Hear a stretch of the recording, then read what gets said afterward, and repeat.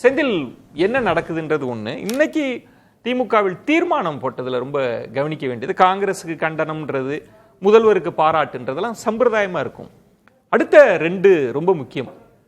அடுத்த எலெக்ஷனுக்கு நாங்க தயாரா இல்லை அப்படின்னு சொல்லி நாங்க பொறுப்பான எதிர்க்கட்சியா இருப்போம்னா நம்ம பேசுவதற்கு வேலையே இல்லை. ஆனா அடுத்த கட்டம் எங்க நகருது அப்படின்னா, எங்களுடைய திட்டங்கள் எல்லாம் தொடரணும், ஒரு திராவிட ஆட்சி கண்டினியூ பண்ணணும் அப்படின்ற ஒண்ணு, சூழ்நிலை கருதி எந்த முடிவு எடுக்கக்கூடிய அதிகாரத்தையும் கொடுக்கணும்ன்ற அந்த 2 பத்தி இருக்குல்ல, அது என்ன, அதை எப்படி புரிஞ்சுக்கிறதுனா?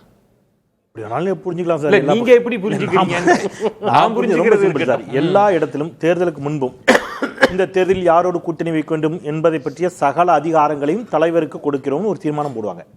இது வந்து டெம்ப்ளேட்டா இருக்கும், வச்சிருவாங்க. அதே மாதிரி இந்த நேரத்திலும் இப்படியான ஒரு சூழல் வந்திருக்கிறது. யாருக்கும் தனிப்பெரும்பான்மை கிடைக்காத ஒரு சூழல்ல பல்வேறு கட்சிகள் பல்வேறு முயற்சிகளை எடுத்துக்கொண்டிருக்கக்கூடிய சூழல்ல தலைமை என்ன முடிவு எடுத்தாலும் கட்டுப்படுவோம் அப்படிங்கிறது எல்லா கட்சியிலும் எடுக்கக்கூடியதான். இல்ல இல்ல, அது காமனா அப்படி இருக்காது.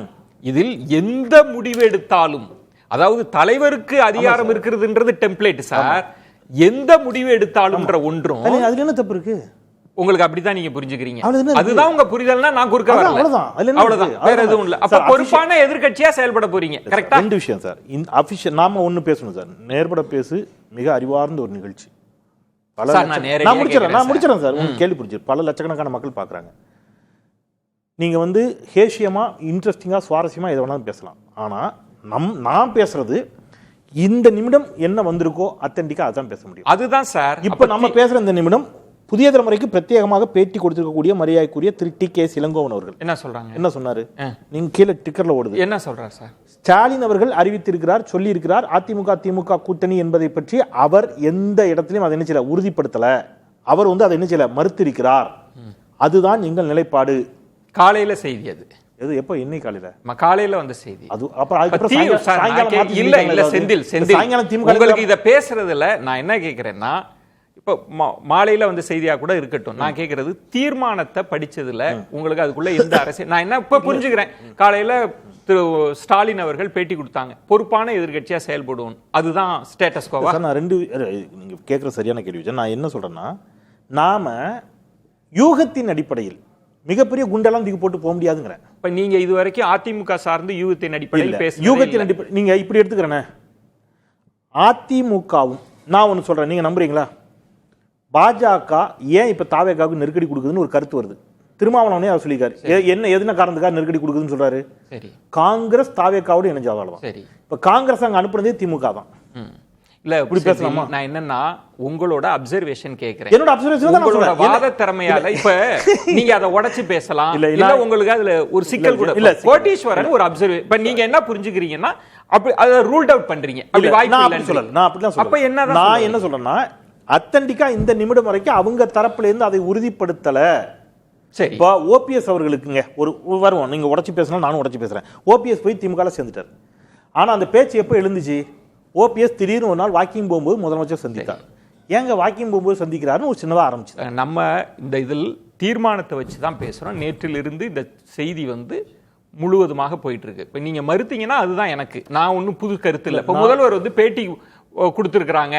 முதல்வர் என்ன பேட்டி கொடுத்துருக்காரு? டைம்ஸ் ஆஃப் இந்தியாவுக்கு எதிர்க்கட்சியா தான் இருப்போம், அப்படிதான் பேட்டி. நான் அதைத்தான் நம்பும். நீங்க அதை நம்புங்க. எனக்கு அபிஷியலா என்ன வந்திருக்கோ அதை தான் நான் நம்புவேன். அதை தாண்டி பேச மாட்டீங்க. இல்ல பேச மாட்டேன்னு இல்லைங்க, அது பேசணும்னா இன்ட்ரெஸ்டிங்கா பேசினா எதை வேணாலும் பேசலாங்க. பேசி இருக்கீங்கன்றேன். இல்ல இல்ல இந்த தருணத்துல சுவாரஸ்யமா எதை வேணாலும் பேசலாம். ஆனா நான் இந்த விவகாரத்தை திரைக்கு பின்னால் என்னன்றதை நீங்க கேக்குறீங்க, அவருக்கு திரைக்கு முன்னால் தான் சொல்லுவேன்றாரு. அது வந்தா மட்டும் தான் நான் சொல்லுவேன்.